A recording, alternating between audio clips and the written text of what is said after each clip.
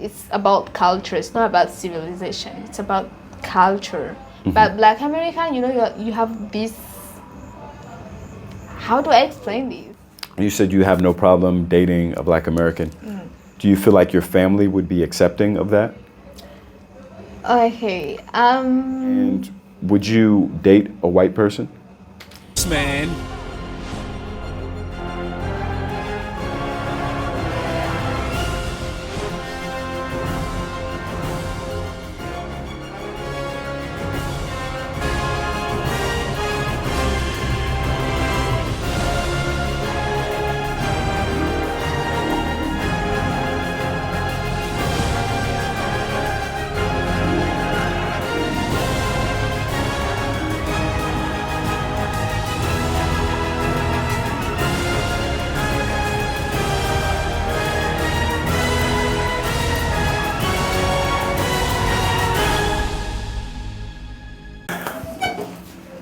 What's up, everybody? Once again, this is your guy, Jay Focus, reminding you to stay focused.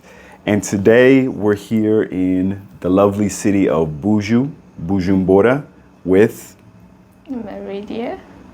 Meridia. Yeah. All right. It's a pleasure to have you here, Meridia. Thank you. Okay, so you were born and raised here in Buju, is that correct? Yeah. Awesome. Okay, so we're just going to ask you a couple questions about the city because I'm new here. Many of the viewers, they've never had a chance to come to Burundi. Yeah. So I think that they will find this conversation enlightening, and it will shed a little bit of a light on the country. Okay. So first off, have you done any traveling? Yeah, but all in East Africa. Okay, so you can compare here with different countries in East Africa.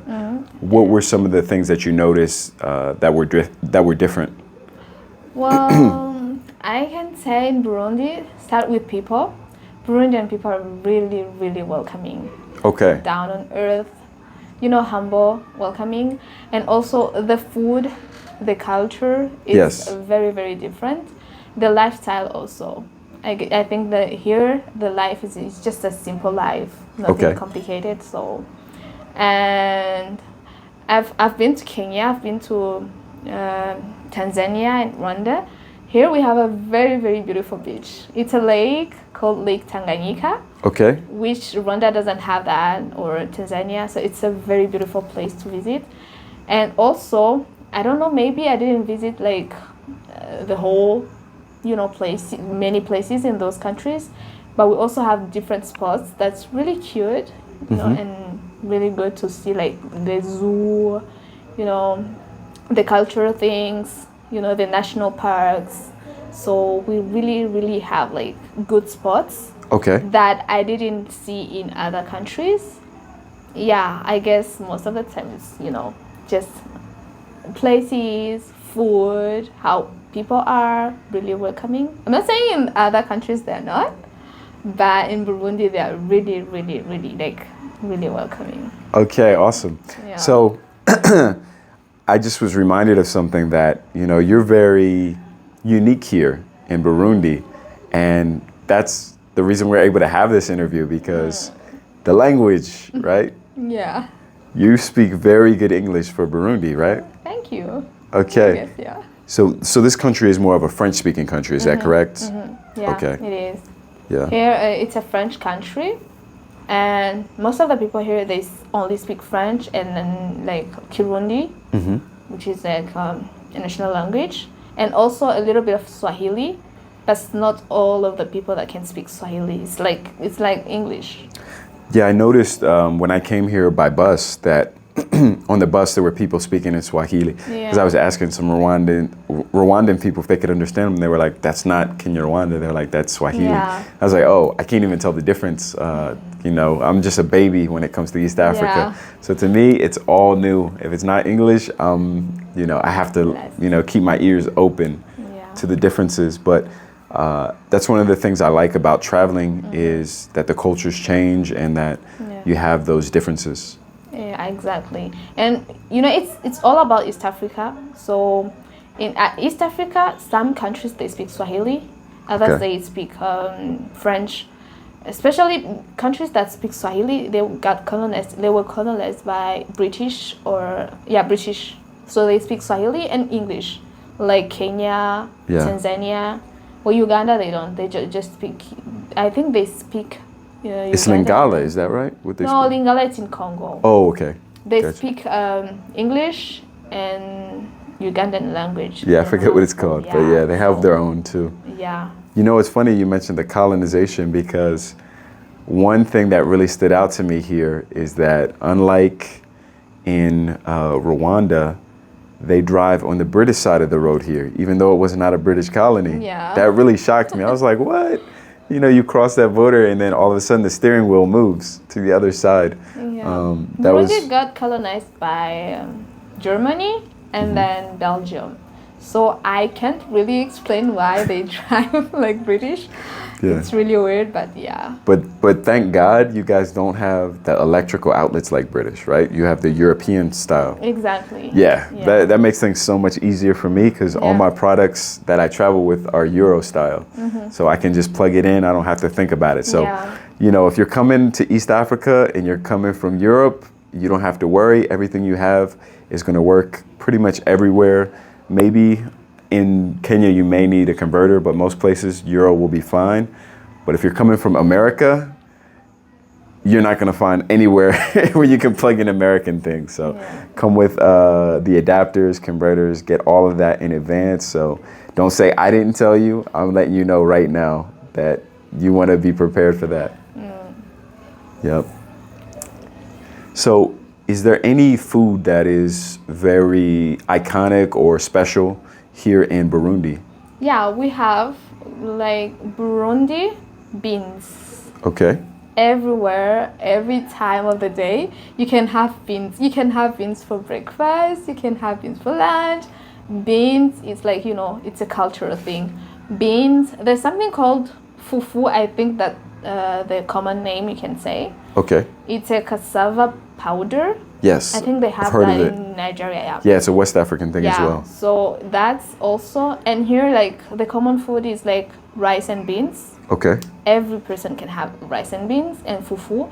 And also there's like traditional food like sweet potatoes. You know, those are kind of like traditional foods. Yeah, Black Americans, we love sweet potatoes. Yeah, in Burundi, sweet potatoes and beans, rice, that's, oh my gosh, that's the food here. Awesome. And what kind of beans? Because, you know, there's many different kinds of beans. So can you describe the kind of beans that are typically eaten here? Is it a brown bean? Is it like another type of bean? Yellow beans. Yellow beans and brown beans, yeah. Okay. But yellow beans are a little bit expensive. It's not for everybody. So here they love like brown beans, and there's like beans with two colors. It's white and black. Okay. Yeah, so it's common here.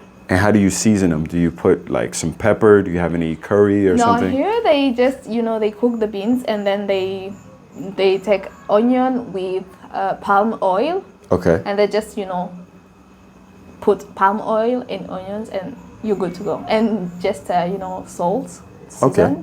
You're good to go. You can eat. It's tasty like that.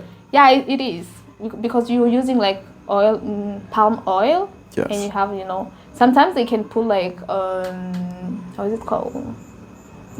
Ginger. And wait, I forget the name.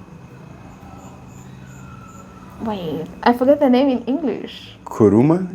No. Kurum, something like that. No. Why? Oh gosh, I forget it. Okay. It's like I in French. Garlic. Garlic, yeah. Yeah, garlic. Yeah. Okay. So they just put ginger and garlic, or they can put garlic, and it's fine. It's so good. So now I gotta ask you, because we're on Lake Tanganyika, do you guys eat a lot of fish here in Burundi? A lot, yeah. Okay. A lot, and I think we have different fish. Like Tanganyika, we have something called ndagala. Ndagala? Dagala. Dagala? It's very small. It's so small. Oh, okay. I don't know if you've seen that. Dagala, and there's another one called mukeke. It's so good. Okay. Yeah, mukeke, dagala, and sangala. Those are common fishes in Burundi. And the little fish, the one you said is little, do you fry that one? Yeah, you can fry it, or you can just cook it with water and, tomatoes and, oil. I'm going to tease you for a second because every East African country, you guys say water differently. How did you say it? Water? Oh, I said it in a British. I can say water. How did you say it though? Water, I heard water. you say it the first time. I like how you said it. British like water. Water? Yeah. I mean, there's people who will laugh at me. Like, I'm sure British people laugh at the way I say it. And even in America, we don't all say it the same way. Yeah. Different parts of the country will say a different place. Like, you might go to Texas, they might say, give me a glass of water. Or, in another part of the country, they might say, like New Jersey, they might say water. Give me some water. So it really changes where you're at in the country. So I just make fun of people. It don't matter where you're from, we make fun of the way you say water. Water. Water. All right, so I'm gonna stop. I'm gonna pause it now, and I'm gonna get on camera with you. Okay. So you can hit it. Haha. And just like that, we're back through the magic of editing. Okay. So, since we were speaking about sweet potatoes, I told you Black Americans, we love sweet potatoes. Yeah. So have you ever met a Black American before? In person? No. Okay. No. So I'm the first one? Yeah. I hope I represent us well. Very well. I hope so. Yeah. I'm gonna try my best, Don't ask me to rap. I might do it. It's Friday anyway. Yeah. In America we say Freestyle Friday. Oh, okay. That's where you just, come off the top and you just spit a freestyle. Yeah, maybe I should, I might do it later, I might do it. Okay. Okay. But, so you said I'm the first one you've ever met. Yeah. So did you have any opinions about Black Americans? I did, but I had a good one. Okay. No, well, first I had a bad one.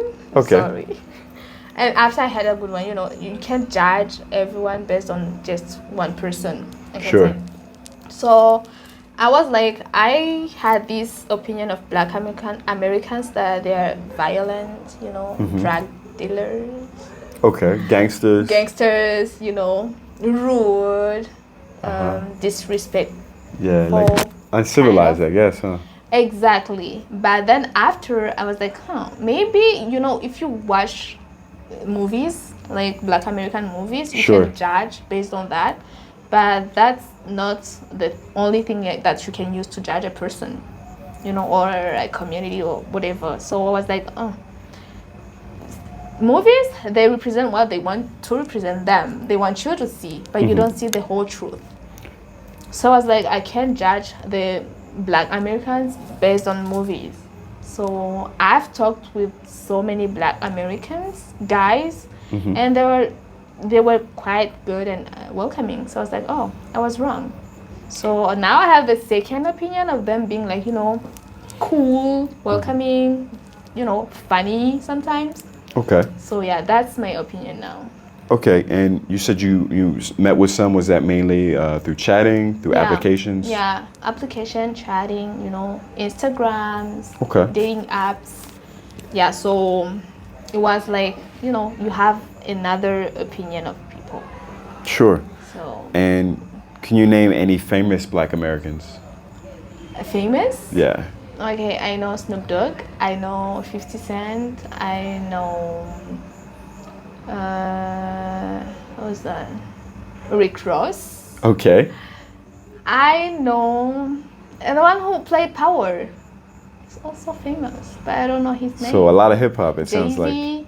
Yeah. Yeah. Well, I don't know if Chris Brown is a Black American. He is, yeah, he is. Yeah. You sound surprised. Yeah, because he doesn't look like one. Yes, how do we? Sure? How do we look? How do Black Americans look?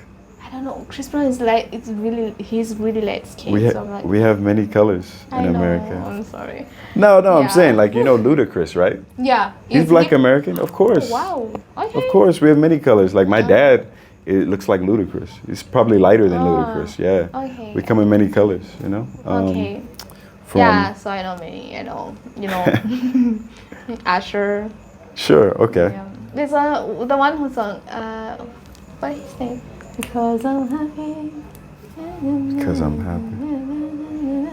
Oh, Pharrell Williams. Yeah, Yeah. I know that one too. I also know women. Like who? I think Beyonce. Yeah, she's at the top. Yeah. She's at the top of the mountain. Huh? Beyonce, Mary J. Blige. Classic, yeah. Yeah, and what else? Carrie Hilson. No, Carrie Hilson. Is she a Black American? Of course. There's another Kelly Rowland. Carrie Rowland. Yeah, Nelly. Yeah. And also Nelly. Yeah, they're all Black Americans. Yeah. The only one who's famous that you might think is a Black American who isn't is Drake. No, Drake, I never He's from Canada. I never thought that His dad is Black American though. Really? Yeah, his dad is Black American. His mom is white from Canada. Oh, okay. So he's like, I guess, half of a Black American, but he didn't grow up in America, so we don't claim him. Oh, okay. We look at him as a Canadian. He's a Canadian. Yeah, he's just Canadian. Oh. Yep. Interesting. I didn't know about that. Yeah, for sure. Okay. What else was I gonna ask you? Oh, would you ever date a Black American? Yeah. Sure. Yeah. Why not? Okay. And for you, do you notice any big differences between Black American culture and the local culture in Burundi? Yeah. A big one. You know, we have Burundian. We live in culture. It's like it's about culture. It's not about civilization. It's about culture. But Black American, you have this. How do I explain this? You like, the dressing code, how to speak, everything is different.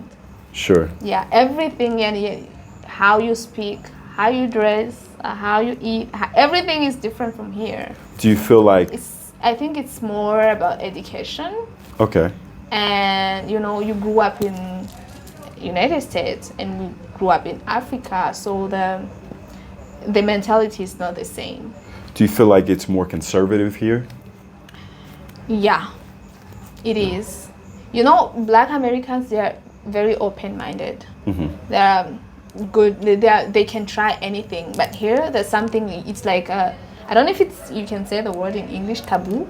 Taboo, yeah, it's the same word. Yeah, okay. It's like, there's some things here is like taboo. You can't do. Sure, and if I understand. you want to do, you have to to hide yourself. Got you. But it's not the same as in America with Black Americans. So yeah. Things are more open. Exactly. Yeah, that makes sense. And I think some people in America, we argue it's too open. Like we have to have some kind of a line, like, okay, you can't cross this line. Yeah. And that's a debate that we have in our community. I think all the time. It's like, has it gone too far? Yeah. So for me, being in Africa, East Africa, and seeing a lot more tradition, a lot more social structure is refreshing. It's a nice change of pace, and it's one of the things that drew me to the continent of Africa. So you said you have no problem dating a Black American. Do you feel like your family would be accepting of that? Okay. Yeah, they would, but the only obstacle, like I said, in Africa it's different. In America you can date like anyone in any religion. Sure. I guess. Yes. But in Africa it's not like we're very, very religious. Sure. It's like, if you're not a Christian, I can date you. If you're not a Muslim, I can Got you. So that's the only problem in Africa. Like for me, I come in a Muslim family, so I can't bring home a Christian guy. But if it was a Black American who's Muslim, it's not a problem? It's not a problem. Your family would welcome him? Yeah. Okay, that's cool. As long as he's a Muslim, it's okay. Awesome. That's good. That's good to know. It's not even about only my family. In here, I think that's the thing. That's the normal. Yeah. Okay. So if you're a Christian, you cannot bring, even if he's a Black American or Asian, if he doesn't belong to the same religion as you do, you can't. Okay. Yeah. So now I'm going to ask you a slightly different question. As a Burundian person, have you met any not white Americans, but white people in general? Yeah, I have. Okay. What is your opinion of European white people? Okay. At first, I had the same opinion as Black Americans. I had a bad opinion first, because I was like, they were racists, you know. Yes. But again, it's not about, you can't judge one person, sorry, and judge like the group, in the group, like you see, oh, all the people are like that. No. So at first I was like, they're really racist, you know, and we were colonized by French. Yes. So French, they're really racist. So we're like, maybe every white person is like that. Sure. But I've been with white people a lot, because I used to do like dances. So I've been with white people. So a lot. You gave dance instruction, is that right? Okay, so you gave dancing lessons. Yeah. Okay. And here in Burundi, most of the time we teach white people. Okay. They're more into dances than black. Gotcha. So after that, I had another like different opinion, because they were really great. You know, no racism, nothing. And I'm curious, most of the white people that you've met here in Burundi, are they here as part of an NGO or? Yeah. Okay. Yeah, most of them or embassy, that kind of a work? Yeah. Okay. We don't get so many white tourists in Burundi. Yeah, I figured as much. It would be mainly people who work with different NGOs and they stay here for a few years, right? Yeah. Okay. Yeah. So that's interesting. So it sounds like the white people that you come in contact with are going to be the more open-minded ones, because if someone was extremely racist and they're white American or white European, they probably wouldn't even come to this part of Africa, you know. So okay, would you date a white person? I don't have a problem with the skin. You know, as it's all about, you know, the personality of a person, and again, the religion. Okay, so values, religion, exactly, the compatibility. It sounds like is the number one thing for you. It's not about the color of the skin. Yeah, it's all about how the person feels, and you know. Yeah. Sure, I respect that. That makes sense. Yeah. Okay, interesting. Anything you want to ask me? Yes, I am single. No kids either. Just letting you know. Just letting you know. Never been married? No, I'm not. I'm not married. Well, you never been married. Maybe, no, I have not. Maybe you're a divorced man. Thank God I'm not divorced. Okay. What else? Okay, so you've been like into different countries, African countries, I think? Yes, I think right now I'm at about 8 countries, and if you stay tuned to this channel, go ahead, like, comment, subscribe right now. Like, because you know, somebody probably died for you to get those likes, so hit that like button and subscribe and share this with everybody. Let me know, comment section, how good these videos are, how bad they are. Let me know it all, you know, and we're gonna deal with it. Okay, so far I believe I've been to about 8 African countries. I'm going on a world tour, starting with Africa, so I'm gonna travel the continent for a year. And if you follow the channel, you're gonna get to see all that content, all the different parts of Africa, a lot of places that normal YouTubers don't go to. So yeah, just lock in for that. But right now I'm at about 8 countries, and I plan to see many more. Okay, so I want you to tell me, what did you like in each and every country? Okay. And what did you like? What did you dislike? She got the deep questions for me. She's making a brother think on a Friday evening. Okay. While these mosquitoes are attacking me, I swear they love me. Like, they all up in these veins right here, you know? All up in the veins. Woo! Okay, so I'm gonna cross my hands like this right now, because you know we're right by the water too. Yeah. So the mosquitoes and water go together. So anyway, so Kenya, I will say I liked the development of Kenya. Kenya, I mean, for good and bad. I would say out of the countries I've been to in East Africa, Kenya is probably the most Western, the most Westernized. Not only in East Africa, just anywhere I've been in Africa, because I've been in the North as well. But I'll say, to me, Kenya seems the most like the States, and that's good and bad depending on what you're looking for. So there are many people in the States who, they're trying to get away from the States. You know, they want the opposite. Like, whatever the States has, show me the opposite side of that. So for those people, Kenya probably would not line up, well, in Nairobi at least, because Kenya's a big country. So I don't want to generalize. I'm going to get 1,000 Kenyans in the comments saying, this guy said XYZ. In my village, it ain't like that. Look, I'm talking about Nairobi. Okay. So Nairobi, if you're coming from New York, you're coming from Los Angeles, you're coming from Chicago, something like that, it's going to have a similar feel. Obviously, it's going to have an African flavor to it because it's Africa, but it's going to be that same kind of energy of business and hustle and bustle, big city vibes. So if that's something that you're looking for, you're going to love it. If you're looking for something different, then I would say that would be kind of a strike against Kenya. Now, something remarkable about Egypt, I mean, it goes without saying, I probably said this on the channel already, but the pyramids, right? The pyramids is like that iconic thing. It's like going to New York and seeing the Statue of Liberty. It's like going to Paris and seeing the Eiffel Tower. Like, you can't go to Egypt and not have a pyramid experience, whether that's on camel, whether that's on a horse, whether that's walking up to it. It's just, man, it blows your mind. It's everything you hope it would be. Now, for Morocco, I didn't spend a lot of time there. I'm probably going to go back at some point, but I'll say the food to me was a highlight. I love the tagine. I think that's how you pronounce it. The flavors are really good. And not only that, also the architecture and everything, because, you know, it's a Muslim country, and so they have very specific way they make the mosque and the different buildings, especially in the old town, in the Medina, I believe it's called, this part of the city. So yeah, that was a highlight for me.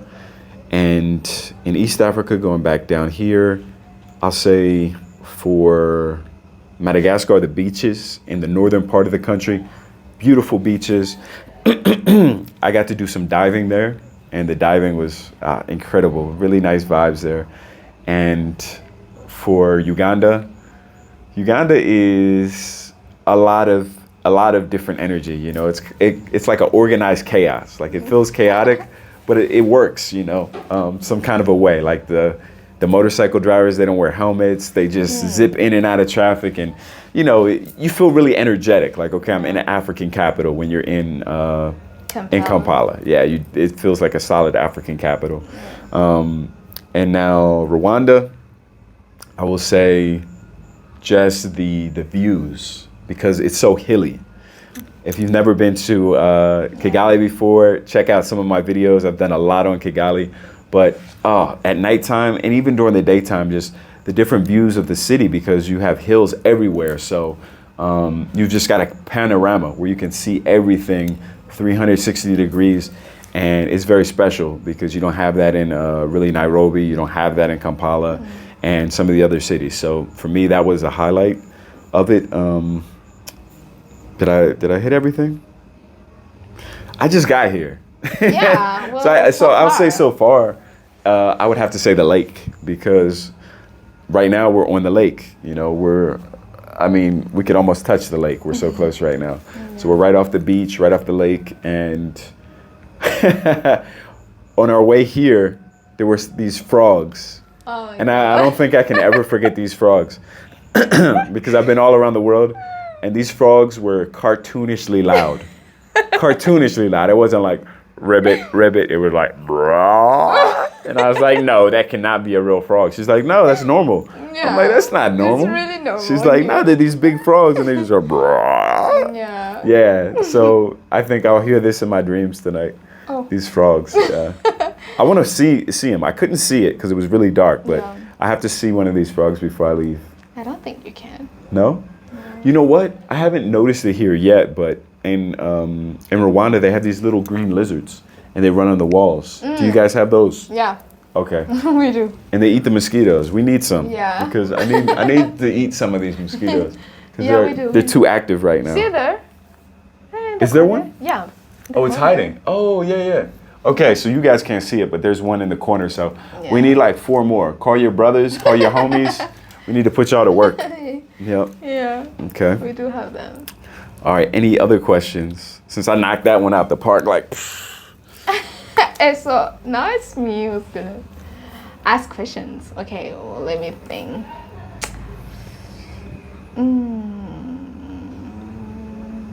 Okay, I guess okay. I'm gonna ask you the same question. Would you date an African girl? Yeah, absolutely. what, like, so far, you have like visited 8 countries. That's right. What is your favorite country, like, that has, you know, most beautiful girls? You say, okay, if I did this one, it would be great. Okay. That's a hard question to answer because all the countries I've been to, the ones I named in Africa, they're so different. So very, very different. But I will say all of them do have in common is that the women are very feminine. You know, it sounds like, obviously, like, they're women, they should be feminine. You're men, you should be masculine, right? It sounds like an obvious thing, like water is wet, you know? But in America, it's not so cut and dry. I don't know if you know anything about the culture in America, but Not really. It's very crazy, for lack of a better word. So you have a lot of women who want to be masculine. You have a lot of men who want to be feminine. And it just doesn't work. It's not the natural order, you know. Whether you're religious or not, even biology will tell you that, you know, women are the ones that give birth. They're the one that nurse the child. So obviously men cannot have that same role. They have to have a different role, you know, and the men's role is more of a protector. It's more of a provider. Exactly, provider, the guy who's going to go out and get the resources, you know, whether that was us living in the woods and the man hunting or, you know, whatever. But, you know, we have completely different roles and there's nothing wrong with that. It's not saying that one role is better than the other. It's just that when you put both roles together, you know, that's the best structure for children. So that's the way society's always been. But in the States, everything I said just now is controversial. A lot of people would say crazy things to me just for saying that. Like, oh, I'm sexist and all these things. But no, it's not even about that. It's about just accepting reality and accepting nature as it happens. But because of this, I know this is getting into a whole nother conversation, but to escape that kind of an ideology and that kind of a war between the genders and come to a place like Africa where everything is, like I said, it's very straightforward. The women are feminine, the men are more masculine. I feel like any of those countries would be suitable for a partner. I know that's like a cop-out answer. She's like, that's too politically correct. You didn't tell me anything. Burundian. But no, I will say as far as beauty, you have different types of beauty. So, you know, North African beauty, it's more lighter skin, of course, you know, it's more of an Arabic type of a look in Egypt and in Morocco. But nothing like a black African woman. It's different, you know. It's just a warmth. You know, especially if you're black yourself, you know what I'm talking about, right? So yeah, I mean, Kenyan women. I'm gonna go to Kenya soon. He's single. So yeah, well, I can speak on Rwanda. I just left Rwanda. You know, Rwandan women are beautiful, and I was told that Burundians, you have the same ethnicity, right? The same groups. So it's like the same people, just separated by a border, right? Exactly. So yeah, so if I said Rwandan women are beautiful, that means Burundian women have to be beautiful too, right? I think Ugandan women they have a very different look than, you know, Rwanda and Burundi. They're very curvy, so. Rwanda also. Also, yes, as well. But I just want to say, if you've never been to Uganda, they tend to be very curvy as well. So people who like that, you know, that's one place you can go. But you can find it here too, of course. And then I think maybe Kenyans are more slim. Is that right? Yeah, they have more of a taller, kind of slimmer look. And did I skip any countries? I don't think so. No, I think I covered them all. Yeah. So yeah, that's how I look at Africa as far as the women. And like I said, I feel like, you know, there's feminine women in all of the countries that I've been to so far. I would date an African woman. I don't have a problem with it. I think kind of like what you spoke on, it's more about compatibility than anything else. And I feel like there's a high compatibility for myself based on my values and the values that are already normal in this culture. So I don't feel like there'd be any kind of an issue. You know what I'm saying?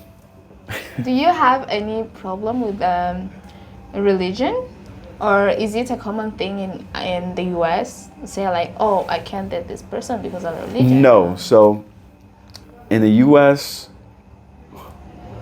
it's a majority Christian nation, right? It's like, let's say 75% Christian on paper, right? Oh, yeah. But that's more cultural. Most people aren't even really Christian like that. You know what I'm saying? Yeah. Like, I'd say if you want to talk about like people who are actually real Christian, like if you ask them, you know, do you really believe in God, and like, do you believe the Bible, right? I guess that's what it really comes down to. If you ask most Christians or most Americans if they believe the Bible, it would be way less. It would be probably like 40%. So not even half. Wow. Not even half, I don't think, actually believe the Bible.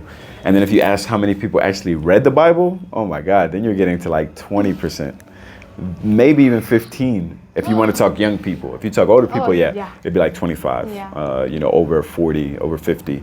But if you want to talk like under 40, yeah, you're not going to get more than probably like 15%. So you're not going to have people who are generally very hardcore on like, I will only marry someone of my religion because of that, because it's not like a strong link for most people, you know.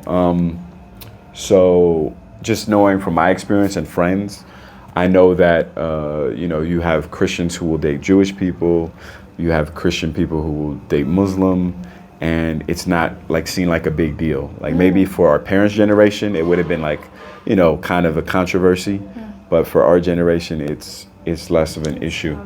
For me personally, I feel like as long as the person is from, you know, one of they say the word Abrahamic religion, which is all the ones, you know, that come from the Torah, the Bible, or the Quran, because they all have the same foundation, right, of Moses and Abraham and everything.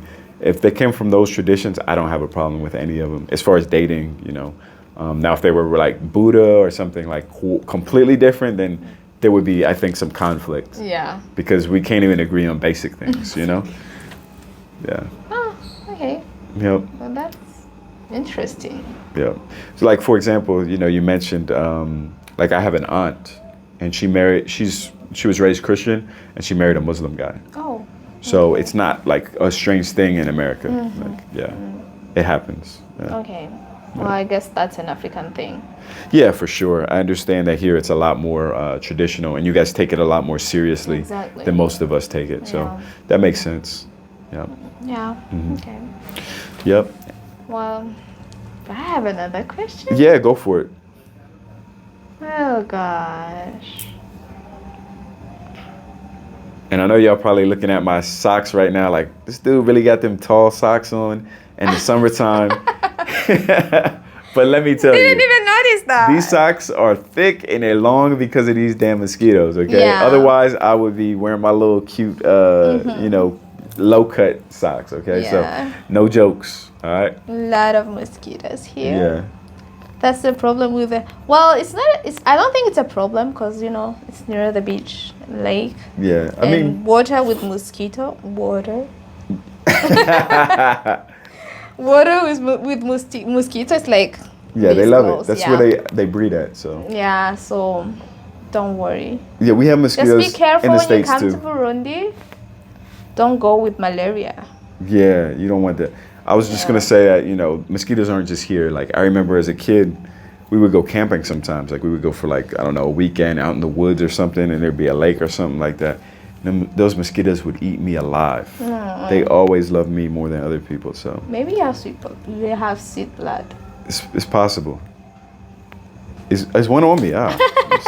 I have spray too, and I didn't even think to spray myself before we got out here because I was like, I'm covered on my ankles. Like, where could they actually get me? But I forgot about my my veiny hands. So, yeah. Okay, I think I have a question. Okay. How was life growing up in the US? And as a traveler, do you think if you were like born in Africa, you'll be like having the same mindset that you have now? So that's a two-part question. So I'll try to speak to the second part of it. So you said, if I was born in Africa, would I travel and have the same mindset? So there's actually a famous East African traveler that I followed many years ago. I won't say he inspired me to travel. He didn't. I was traveling before he had a channel. That's no disrespect to him. But he's from Kenya, and he travels the world too. You know, he's got a huge channel right now. Shout out to him. He's doing a lot of, a lot of travel. He's living out his dreams. And I remember when his channel first started, he was complaining. So this goes to your perspective part. So he was complaining when he first started traveling. He was like, I have a Kenyan passport, like, oh, this is horrible. It's holding me back. And then I watched his channel and I'm like, dude, it's not holding you back. I think he probably overestimated, or in his mind, he felt like it was more of a struggle than it really was, because this guy's been to probably as many countries as me, and he's got an East African passport, and he made it work. So I feel like maybe certain people who grew up in this region may feel like, okay, I'm limited by what I was born into, but don't let that stop you. If you have that dream, then nothing can stop you. Like I said, this guy is a perfect example of that. If you want it, you can make a way. So yeah, I mean, obviously I wasn't born here, but I feel like if I had my same vision and same dream to see the world, I wouldn't let it stop me. In another life, I could be him and he could be me, and we could cross paths somewhere. So true. Now, growing up in the States, what was that like? That's a huge question. We could talk for like 6 hours about that, and I don't want to put anybody to sleep, especially because probably most of the people watching this already grew up in the States, so they already know what it's like. But I'll say, being a Black American, I've heard it put this way, that I don't want to get this wrong, so give me a second. I might edit this. So they said being a Black American is, it's being Black without the memory and being American without the privilege. So that, like, it's deep, right? Yeah. So yeah, I mean, it's partially true. Yes, we get some of the privilege, but we don't get the white American privilege. That's a whole nother thing that we don't get. And yes, we get this beautiful melanin, and we get to be Black, and we get to be African, but we don't have the memory and the traditions and the culture that binds us to Africa. Oh.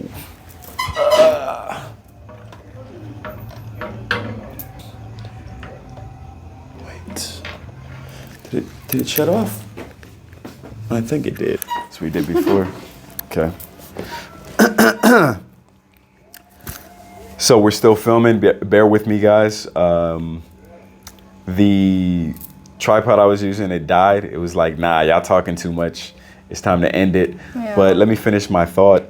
What I was saying was that we don't have that same connection to this land, this part of the world, through tradition, through cultures, etc. anymore. And that's unfortunate, right?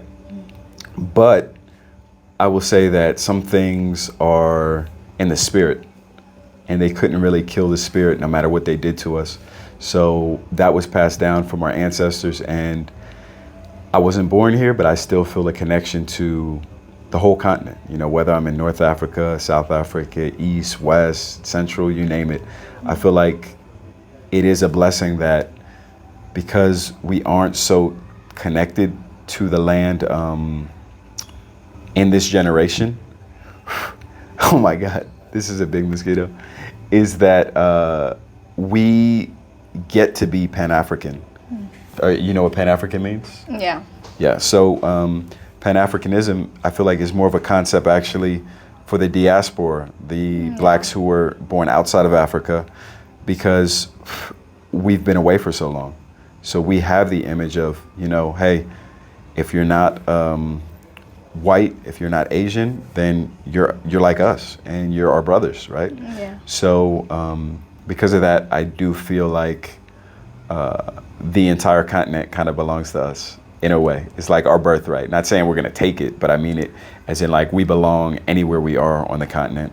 And I think a lot of Black Americans who are interested in Africa feel that way. And there are some people who say, well, you guys mainly came from West Africa. You guys should only go there. And I think that's very limiting and very small-minded, because you wouldn't say that to a white person. They go everywhere. Yeah. They go to China. They go to Japan. They go to Saudi. They go to Dubai. So why would it be any different with us? so yeah, I feel like anywhere you fit in, you have African blood. You're an African, and that's just how I look at it. It would have been nice to have been born in the continent, and I think when I have children, I will raise them in the continent. Oh. Yeah. Oh, that's so sweet. Yeah. So we talked a lot, and like I said, my stand gave up. It was like, nah, y'all talk too much. So the battery died. So I'm gonna end it like this, and just gonna say one last time, this is your guy, Jay Focus, reminding you to stay focused. Until next time, go ahead, like the video. Of yours, this thing is a light that's better than yours.